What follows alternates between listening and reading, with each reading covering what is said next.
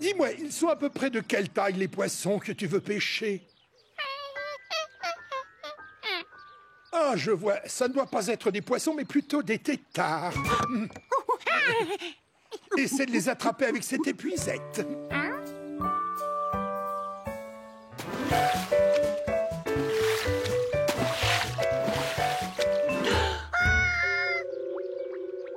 Ce n'étaient pas des têtards qu'il avait capturés, mais des insectes aquatiques. Il n'y avait plus qu'à les relâcher.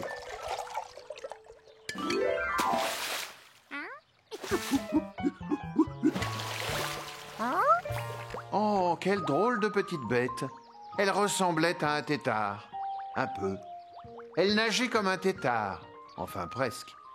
Mais elle était verte et elle avait des pattes, pas du tout comme un têtard.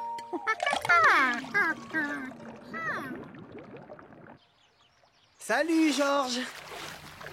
Mes têtards te donnent pas trop de soucis, au moins? Tant mieux. Apporte-les à la maison un de ces jours, d'accord?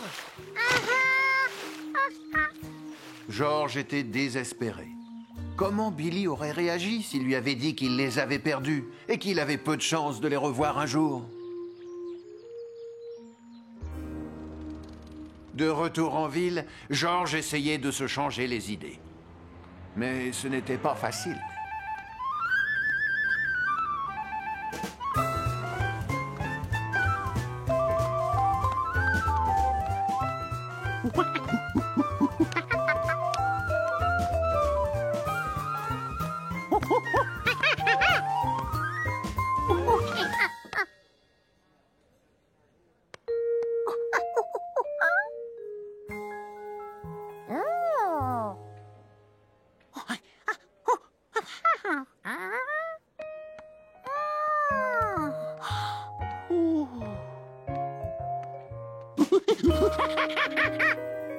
Georges n'en croyait pas ses yeux.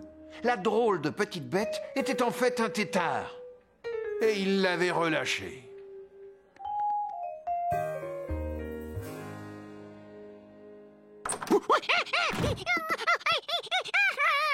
Voyons, Georges, on y était le week-end dernier. On y retournera dans un mois.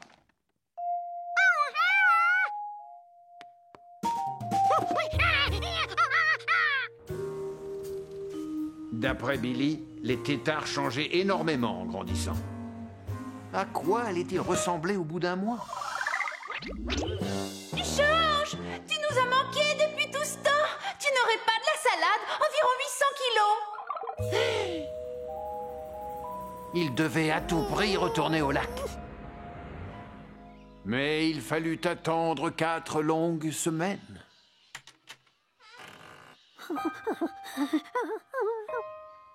Il pouvait sortir, il n'y avait aucun têtard géant à l'horizon.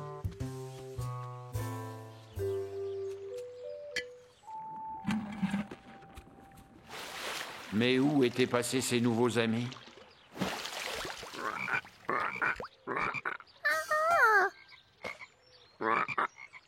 Ils avaient dû s'enfuir, effrayés par les coassements des grenouilles. Il était temps de dire la vérité à Billy. Hé, Georges. Ça va?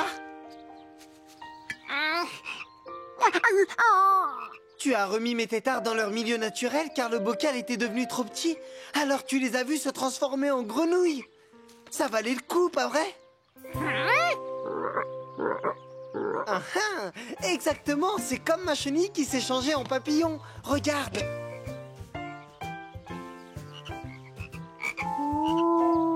Ainsi, les têtards n'avaient pas disparu. Ils avaient simplement grandi. Allez, fais-moi un grand sourire. Finalement, Georges préféra la compagnie des grenouilles à celle des têtards.